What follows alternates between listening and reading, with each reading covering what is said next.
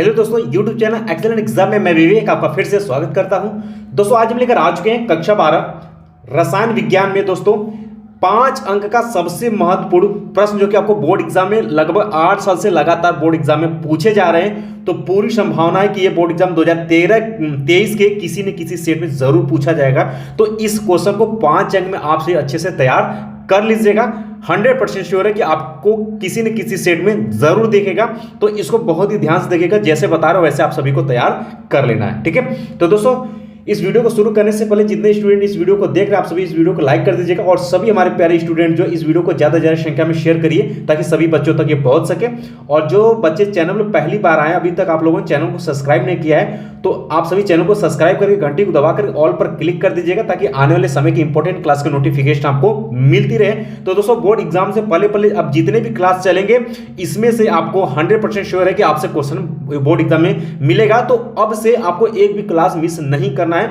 अभी तक जो बच्चे अभी तक टेलीग्राम और व्हाट्सएप ग्रुप से नहीं जुड़े हैं तो डिस्क्रिप्शन बॉक्स में लिंक दिया गया, आप फटाफट जाकर जुड़ जाइएगा ताकि जितने भी इंपॉर्टेंट क्लास चलते हैं सबका जो है लिंक जो है आपको टेलीग्राम और व्हाट्सएप पर शेयर किया जाता है ताकि आपका कोई भी क्लास मिस ना होने पाए। साथ में सभी बच्चे ध्यान देंगे कि अब आपको तैयारी क्या करनी केमिस्ट्री में। ध्यान सुनेंगे, सभी बच्चों के पास क्वेश्चन बैंक होनी चाहिए।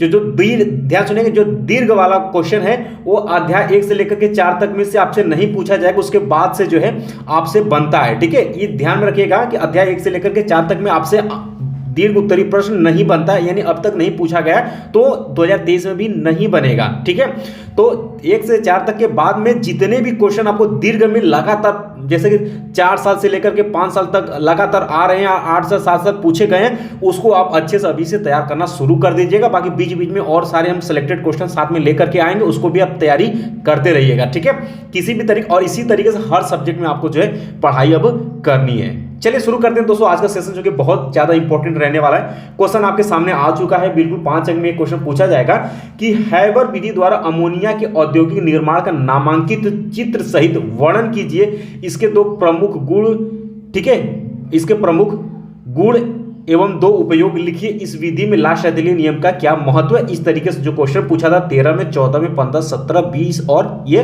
22 में क्वेश्चन पूछा गया था। ठीक है, इसके बाद दोस्तों 19 में कुछ इस तरीके से क्वेश्चन पूछा गया था और 22 में क्वेश्चन आया था कि अमोनिया की कोई 2 रासायनिक गुणधर्मों का समीकरण आपको लिखने के लिए छोटे से क्वेश्चन में पूछा गया था। ठीक है, तो अब आइए हम इसको अच्छे से डिटेल में बात कर लेते हैं कि कैसे इसको आपको तैयार करनी है। ठीक है, तो चलिए बच्चों शुरू करते हैं आज का सेशन जो कि बहुत ही ज्यादा इंपॉर्टेंट है। तो आप हेडिंग डालेंगे कि हैबर विधि द्वारा अमोनिया का सिद्धांत। ठीक है, हैबर विधि द्वारा अमोनिया का सिद्धांत। तो चलिए इसमें आप लिखेंगे कि यदि शुद्ध नाइट्रोजन और हाइड्रोजन के अनुपात एक संबंधित 3 अनुपात के मिश्रण को गर्म किया जाए तो अमोनिया बनती है। ध्यान सुनिएगा कि यदि अगर हम शुद्ध नाइट्रोजन और हाइड्रोजन का एक संबंधित 3 का अनुपात, यानी दोस्तों नाइट्रोजन अगर एक रहे तो हाइड्रोजन कितनी होनी चाहिए, 3 होनी चाहिए। तो यानी एक संबंधित 3 के अनुपात में अगर हम लेकर के जो है उसको गर्म करते हैं तो अमोनिया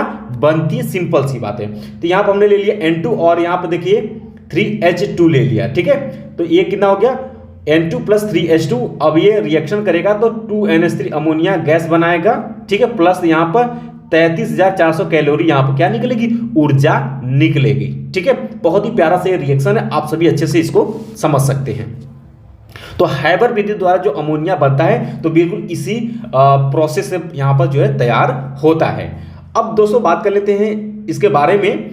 तो कहता है कि यह एक उष्माक्षेपी उत्क्रमणी अभिक्रिया है। उत्क्रमणी का मतलब देख सकते हैं कि ये देख सकते हैं इससे ये बन जाएगा। ठीक है, इसको गर्म करेंगे तो फिर ये टूट जाएगा और इसको गर्म करेंगे तो ये बनेगा। देख सकते हैं ये रिवर्सिबल रिएक्शन हो रहा है यहाँ पर ऐसे रिएक्शन, तो इसको हम लोग बोलेंगे उत्क्रमणी अभिक्रिया। तो यह एक उष्माक्षेपी, यानी कि आप देख सकते हैं उष्मा भी निकाल रहा है, तो यह एक उष्माक्षेपी उत्क्रमणी अभिक्रिया है और क्रिया के पश्चात आयतन में कमी होती है। इसलिए लाशैथिलीय के नियमानुसार कम ताप और अधिक दाब पर अमोनिया अधिक उत्पन्न होती है। यानी कि दोस्तों इसी वजह से जो है हैबर विधि द्वारा हम ज्यादा संख्या में जो है अमोनिया गैस प्राप्त करते हैं। ठीक है, इसके दोस्तों आगे बात कर लेते हैं कि कम ताप पर अभिक्रिया का वेग बढ़ाने के लिए एक उत्प्रेरक का प्रयोग किया जाता है। इस अभिक्रिया का उत्प्रेरक की उपस्थिति में अनुकूलतम ताप यानी कितना टेम्परेचर होना चाहिए इसको गर्म करने के लिए, तो 450 से लेकर के 500 डिग्री सेल्सियस तथा उच्च दाब जो होना चाहिए वो 200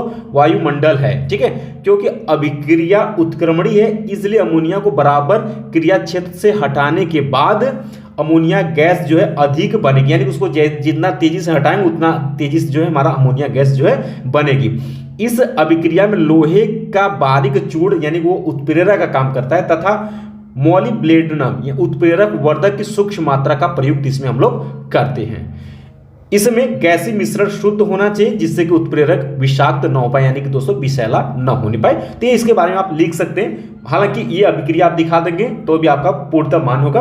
विधि की बात कर लेते हैं कैसे इसको हम लोग करते हैं। ठीक है, तो शुद्ध हम N2 ले लेते हैं तथा H2 को 1:3 के अनुपात में 200 वायुमंडलीय दाब पर तप्त लोहे के बारीक चूर्ण जो कि उत्प्रेरक का काम करता है को, जिसमें मॉलिब्डेनम उत्प्रेरक वर्धक मिला होता है, 500 डिग्री सेल्सियस ताप पर गर्म करते हैं। इस विधि में 10 से 15% अमोनिया बनती है जिसे संघनित्र में प्रवाहित करके द्रवित कर लेते हैं।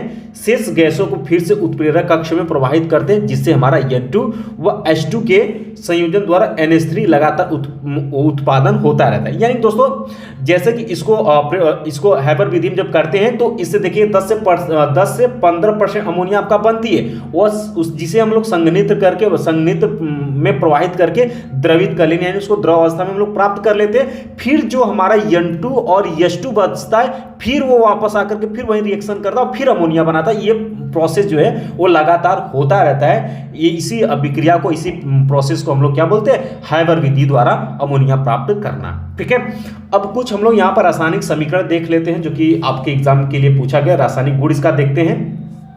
तो सबसे पहले इसमें हम लोग क्षारीय गुण देखेंगे। ठीक है, अमोनिया का क्षारीय गुण देखेंगे तो हेडिंग डालेंगे आप लोग क्षारीय गुण।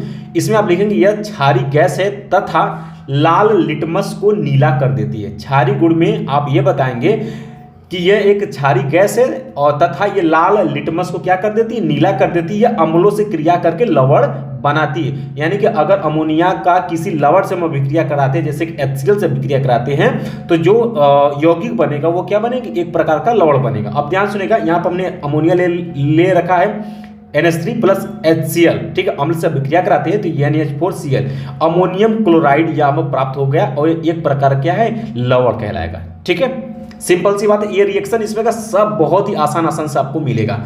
अब यहाँ पर हमने 2 अणु अमोनिया के लिए रखा है और यहाँ पर H2SO4 अम्ल से अभिक्रिया करा देते हैं तो यहाँ पर NH4 का ट्वाइस SO4 यानी अमोनियम सल्फेट यहाँ पर बनकर तैयार हो जाता है जो कि एक प्रकार का क्या है, यह लवण होता है। ठीक है, दूसरा आप रासायनिक गुण में दिखाएंगे धातु ऑक्साइडों का अपचयन। ठीक है, धातु ऑक्साइडों का अपचयन बहुत ही आसान सा ये रिएक्शन है कि धातु ऑक्साइडों को अपचयित कर देती है। यानी कि दोस्तों यहाँ पर जैसे कि ऑक्साइड यानी वो यौगिक लेंगे हम लोग धातु ऑक्साइड जिसमें कि ऑक्सीजन हमारा हो, तो यहाँ पर हमने ले लिया CuO कॉपर ऑक्साइड 3 अणु और यहाँ पर 2 अणु अमोनिया का।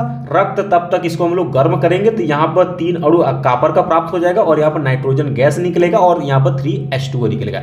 इसी तरीके से यहाँ पर PbO ले लेते हैं और यहाँ पर 2NH3 ले लेते हैं। सेम रिएक्शन कराएंगे, यहाँ पर जो भी यहाँ से ये लेंगे ये 3 अणु आपका Pb का निकल जाएगा, फिर N2 निकल जाएगा गैस में और 3H2O यहाँ पर जल का। इसी तरीके से यहाँ पर 3FeO ले लेते हैं, रिएक्शन कराएंगे। रक्त तब तक यहाँ पर जो भी रिएक्शन यहाँ पर लेंगे वो 3 अणु यहाँ पर Fe का निकल जाएगा, N2 गैस निकलेगा और 3H2। अब देख पाएंगे रिएक्शन बिल्कुल आसान है, 2 बार आप इसको लिखेंगे आपको तैयार हो जाएगा। इसके बाद दोस्तों इसी में हम लोग आगे बात करते हैं, अगर AgCl से अभिक्रिया करता है यानी दोस्तों सिल्वर क्लोराइड से अभिक्रिया करता है तो क्या बनाता है, तो यहाँ पर 2 अणु अमोनिया का और AgCl से अभिक्रिया कराते हैं तो यहाँ जो है डाईएमीन यानी सिल्वर फर्स्ट क्लोराइड यहाँ पर बनकर के तैयार हो जाता है।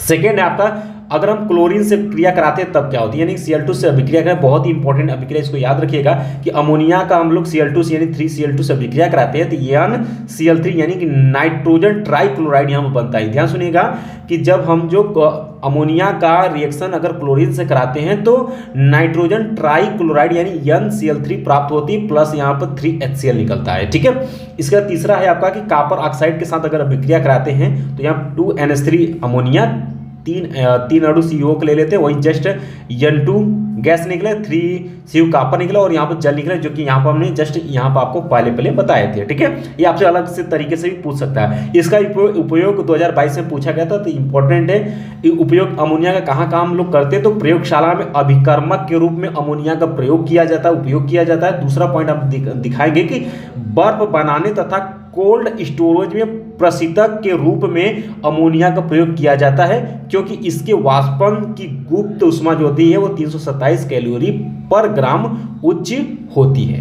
ये दो आप यहाँ पर इसमें उपयोग में दिखा सकते हैं। बाकी और अगर उपयोग के बारे में जानते हैं तो आप तैयार रख लीजिएगा। ठीक है, तो ये दोस्तों आपके देख सकते हैं 7-8 साल लगातार क्वेश्चन पूछा गया, जिसको आप सभी को अच्छे से तैयार कर लेनी है। बाकी पी ब्लॉक में ध्यान सुनिएगा, पी ब्लॉक में और सारे रिएक्शन 5 अंक में बहुत सारे सबसे ज्यादा हैं, तो इसको आप सभी को अच्छे से तैयार कर लेनी है। इसी तरीके से दोस्तों अध्याय 1 से 4 तक में आपको दीर्घ ज्यादा नहीं पूछा जाएगा, इससे आपके 4 अंक के 3 अंक के आंकिक बहुविकल्पी सबसे ज्यादा इससे पूछे जाते हैं, एक से लेकर के 4 अध्याय तक। इसके बाद दोस्तों 5वें से जब शुरू करते हैं तो इससे आपके विस्तृत उत्तरी प्रश्न जो है बनना शुरू हो जाता है। हालांकि 5 वाला भी जो पृष्ठ रचना उससे भी ज्यादातर नहीं बनता, लेकिन पी ब्लॉक के तत्व से जो है आपसे सबसे ज्यादा जो है दीर्घ उत्तरी प्रश्न पूछा जाता है। इस चीज को आप सभी ध्यान में रखिएगा और इसी तरीके से आप सभी को पढ़ाई करते हुए आगे बढ़नी है। फिर भी किसी भी बच्चे को प्रॉब्लम होती है बिल्कुल हमें कमेंट बॉक्स में कमेंट कर सकते हैं। तो चलते चलते दोस्तों, अभी तक आप लोगों ने वीडियो को लाइक नहीं किया, एक बार वीडियो को आप सभी लाइक कर दीजिएगा और सभी स्टूडेंट इस वीडियो को ज़्यादा से ज़्यादा संख्या में शेयर कर दीजिए और चैनल पहली बार है, चैनल को सब्सक्राइब कर लीजिएगा।